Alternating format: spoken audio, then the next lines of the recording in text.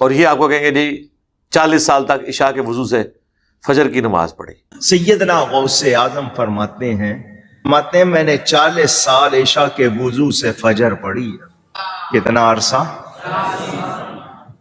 مادرزاد، اور یہ ہم فرض نہیں پڑھتے، سنتیں بہت سے لوگ نہیں پڑھتے، واجب کتنے نہیں پڑھتے، وہ روزانہ کتنی عبادت کر رہے ہیں۔ عشاء کے لیے وضو کیا، ساری رات عبادت میں گزاری، صبح فجر ہو گئی۔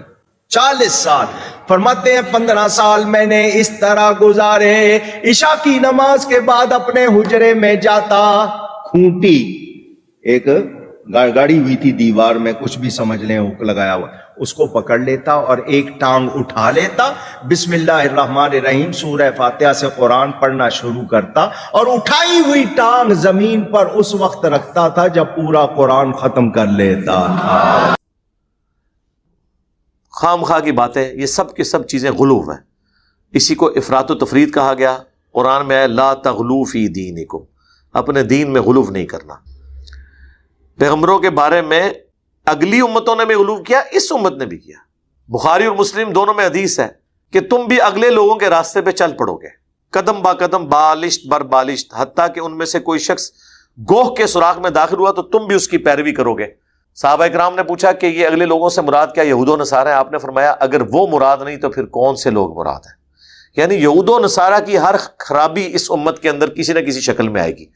آپ کسی خرابی کا ذکر کریں، میں آپ کو بتاؤں گا کہ کس فارم میں اس امت کے اندر موجود ہے، سوائے ایک چیز کے کہ انہوں نے رسول اللہ کو اللہ کا بیٹا قرار نہیں دیا، اللہ قرار نہیں دیا۔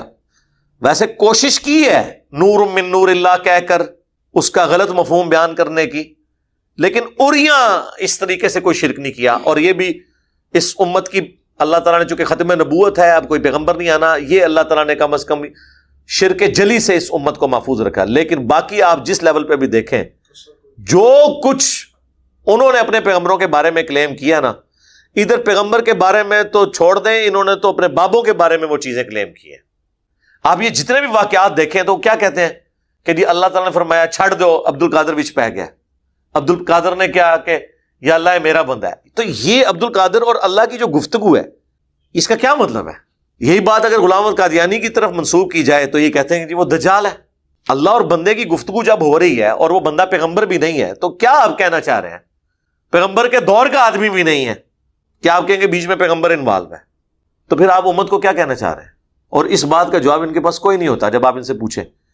تذکرۃ الاولیاء جو تصوف میں ایک ٹیکسٹ بک ہے، بزرگان دین تصوف، دین اسلام نہیں، ان کے بزرگوں کی، اس میں آپ پڑھیں تو سارے بزرگوں کے بارے میں آپ کو بالکل ملے گا وہ ڈائریکٹ اللہ سے باتیں کر رہے ہیں۔